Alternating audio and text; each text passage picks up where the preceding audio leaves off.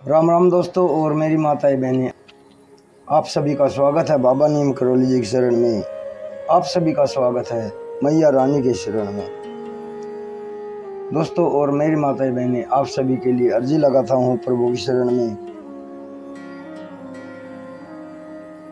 मेरे सर्वप्रथम पूज्य गणेश भगवान जी, मेरे श्री राम प्रभु, मेरी सीता मैया, मेरे हनुमान बजरंग बली, मेरे शिव शंकर महादेव, मेरी आदि पराशक्ति माँ पार्वती, मेरे बाबा नीम करौली जी, सभी देवों की शरण में आपका बेटा सत्येंद्र ये अर्जी लगाता है। जो भी मेरा भाई मेरी माताएं बहनें आपकी ये महिमा सुनते हैं, उनके सभी कष्ट दूर करो भगवान, उनके ऊपर तुरंत कृपा करो, उनके घर में सदैव खुशियां आए, सुख समृद्धि बनी रहे, कभी कोई कष्ट ना हो। यही मेरी प्रार्थना, यही मेरी अर्जी। जय जय श्री राम, जय बाबा नीम करौली महाराज की। दोस्तों और मेरी माताएं बहनें, आज हम करते हैं किष्किंधा कांड का 25वां सर्ग का नाम है लक्ष्मण सहित श्री राम का सुग्रीव, तारा और अंगद को समझाना तथा बाली के दाह संस्कार के लिए आज्ञा प्रदान करना। फिर तारा आदि सहित सब वानरों का बाली के शव को शमशान भूमि में ले जाकर अंगद के द्वारा उसका दाह संस्कार कराना और उसे जलांजलि देना। पूरा सुने मेरे भाई मेरी माताएं बहनें, प्रभु श्री राम जी और बाबा नीम करौली और माता रानी की अपार कृपा आपके ऊपर हो, यही मेरी प्रार्थना। जय जय श्री राम। लक्ष्मण सहित श्री रामचंद्र जी सुग्रीव आदि के शोक से उनके समान ही दुखी थे। उन्होंने सुग्रीव, अंगद और तारा को सांत्वना देते हुए इस प्रकार कहा, शोक संताप करने से मरे हुए जीव की कोई भलाई नहीं होती, अतः अब आगे जो कुछ कर्तव्य है उसको तुम्हें विधि पूर्वक संपन्न करना चाहिए। तुम सब लोग बहुत आंसू बहा चुके, अब उसकी आवश्यकता नहीं है। लोकाचार का भी पालन करना चाहिए। समय बिताकर कोई भी विहित कर्म नहीं किया जा सकता, क्योंकि उचित समय पर न किया जाए तो उस कर्म का कोई फल नहीं होता। जगत में नियति काल ही सबका कारण है, वही समस्त कर्मों का साधन है और काल ही समस्त प्राणियों को विभिन्न कर्मों में नियुक्त करने का कारण है, क्योंकि वही सबका प्रवर्तक है। क्योंकि कोई भी पुरुष न तो स्वतंत्रता पूर्वक किसी काम को कर सकता है और न ही किसी दूसरे को ही उसमें लगाने की शक्ति रखता है। सारा जगत स्वभाव के अधीन है और स्वभाव का आधार काल है। काल भी काल का अपनी की हुई व्यवस्था का उल्लंघन नहीं करना चाहिए। वह काल कभी क्षीण नहीं होता।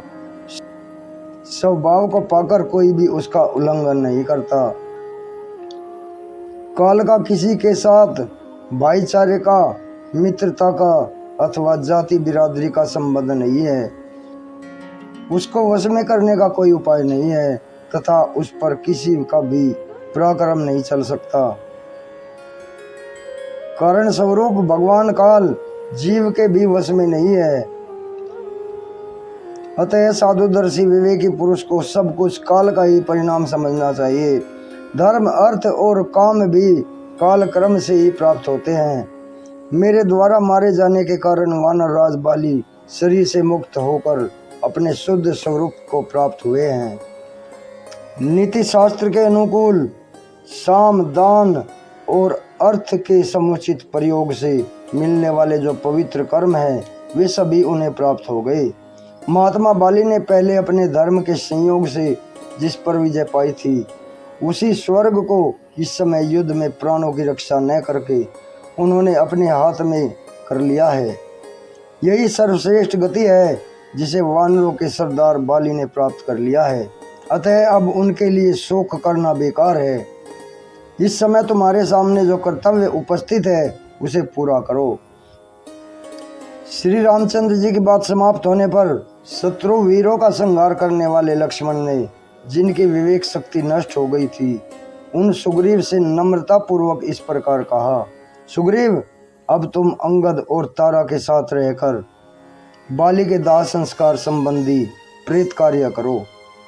सेवकों को आज्ञा दो, वे बाली के दाह संस्कार के निमित्त प्रचुर मात्रा में सूखी लकड़ियां और दिव्य चंदन लेकर आएं। अंगद का चित्त बहुत दुखी हो गया है, इन्हें धैर्य बंधाओ, तुम अपने मन में मूढ़ता न लाओ, तुम अपने मन में मूढ़ता न लाओ, क्योंकि यह सारा नगर तुम्हारे ही अधीन है।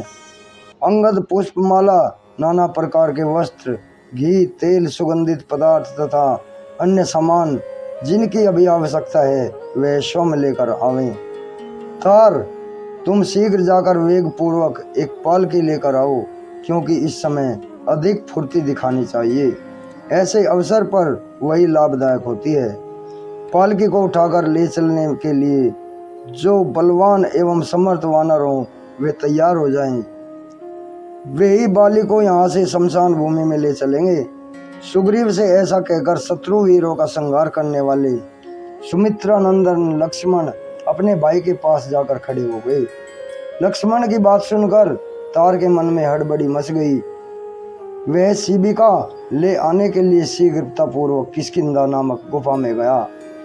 वहां से शिबिका ढोने के योग्य शूरवीर वानरों द्वारा कंधों पर उठाई हुई उस शिबिका को साथ लेकर तार फिर तुरंत ही लौट आया।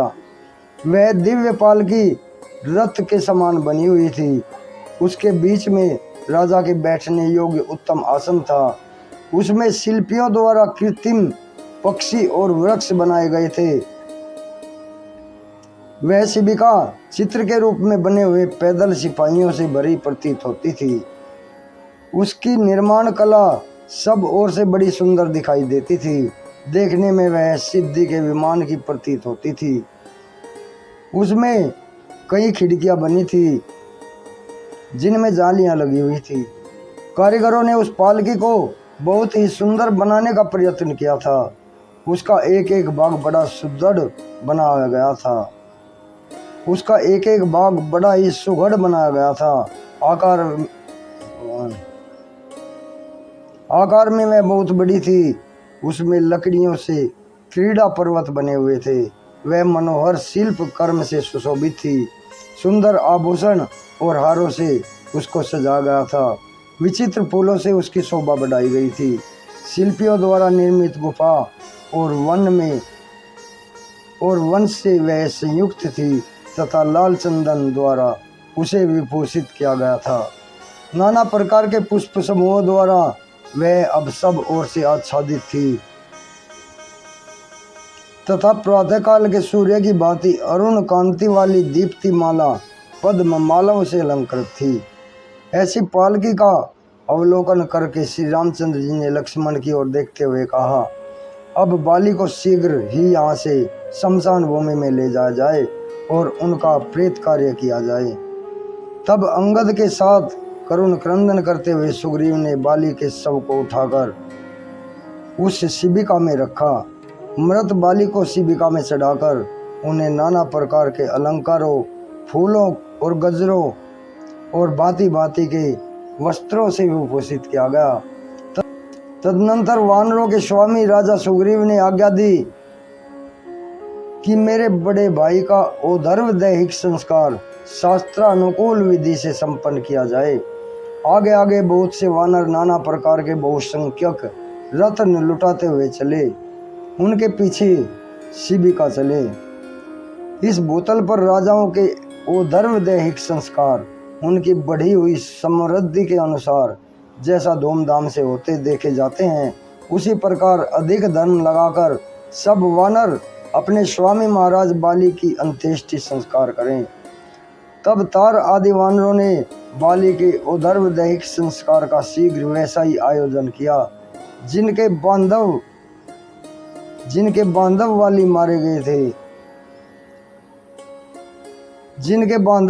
मारे गए थे। वे सब के सब वानर अंगद को हृदय से लगाकर शीघ्रता पूर्वक वहां से रोते हुए सब के साथ चले। उनके पीछे पीछे बाली के अधीन रहने वाली सभी वानर पत्नियां समीप आकर हावीर हावीर कहती हुई अपने प्रियतम को पुकार कर बारंबार रोने चिल्लाने लगी। जिनके जीवन धन का वध किया गया था वो तारा आदि सब वानर रानियां करुण स्वर से विलाप करती हुई अपने स्वामी के पीछे पीछे चलने लगी। वन के भीतर रोती हुई उन वानर वधुओं के रुदन शब्द से गूंजते हुए वन और पर्वत भी सब और रोते हुए से प्रतीत होते थे।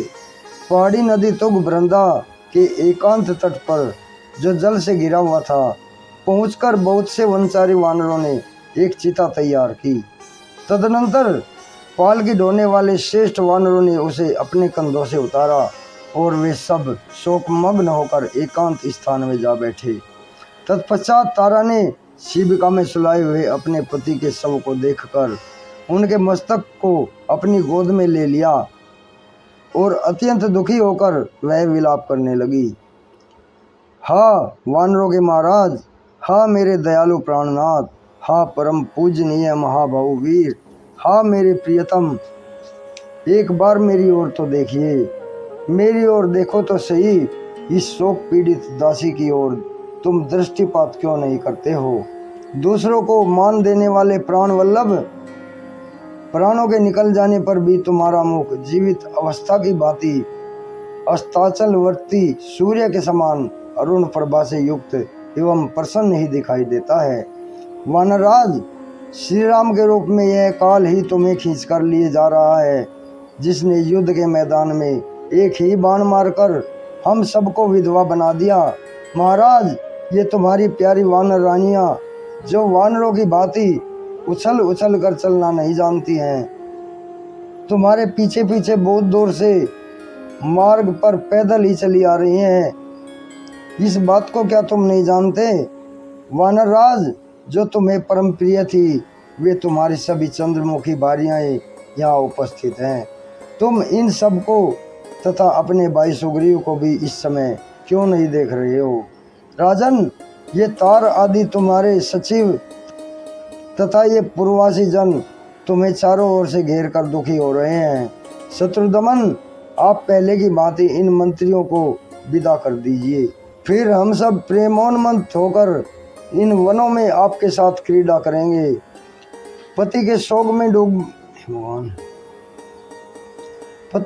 में डूबी हुई तारा के इस प्रकार विलाप करती देख उस समय शोक से पति के शोक में डूबी हुई तारा के इस प्रकार विलाप करती हुई देखकर उस समय शोक से दुर्बल हुई अन्य वानर रानियां उसे उठाने लगी। उस समय शोक से दुर्बल हुई अन्य वानर रानियों ने उसे उठाया। इसके बाद संताप पीड़ित इंद्रियों वाले अंगद ने रोते रोते सुग्रीव की सहायता से पिता को चिता पर रखा। फिर शास्त्रीय विधि के अनुसार उसमें आग लगाकर उन्होंने उसकी प्रदक्षिणा की। इसके बाद यह सोचकर कि मेरे पिता लंबी यात्रा के लिए प्रस्थित हुए हैं, अंगद की सारी इंद्रियां शोक से व्याकुल हो उठी। इस प्रकार विधिवत बाली का दाह संस्कार करके सभी वानर जलांजलि देने के लिए पवित्र जल से भरी हुई कल्याणमयी तुंगभद्रा नदी के तट पर आए। वहां अंगद को आगे लाकर सुग्रीव तथा तारा सहित सभी वानरों ने बाली के लिए एक साथ जलांजलि दी। दुखी हुए सुग्रीव के साथ ही उन्हीं के समान शोकग्रस्त एवं दुखी हो महाबली श्री राम ने बाली के समस्त प्रेत कार्य करवाए। इस प्रकार श्री राम के बाण से मारे गए श्रेष्ठ पराक्रमी और प्रज्वलित अग्नि के समान तेजस्वी सुविख्यात बाली के दाह संस्कार करके सुग्रीव उस समय लक्ष्मण सहित श्री राम के पास आए। इस प्रकार श्री वाल्मीकि निर्मित आस रामायण आदि काव्य के किष्किंधा कांड में 25वां सर्ग पूर्ण हुआ। जय जय श्री राम, जय बाबा नंद करोली महाराज। दोस्तों और मेरी माताएं बहनें, आगे भी शेयर करें श्री राम जी की ये अनंत महिमा आपके लिए कल्याणकारी हो, आपके लिए संकट हरने वाली हो, खुशियाँ लाने वाली हो, यही मेरी प्रार्थना। जय जय श्री राम, जय बाबा नीम करोली महाराज की, जय माता की।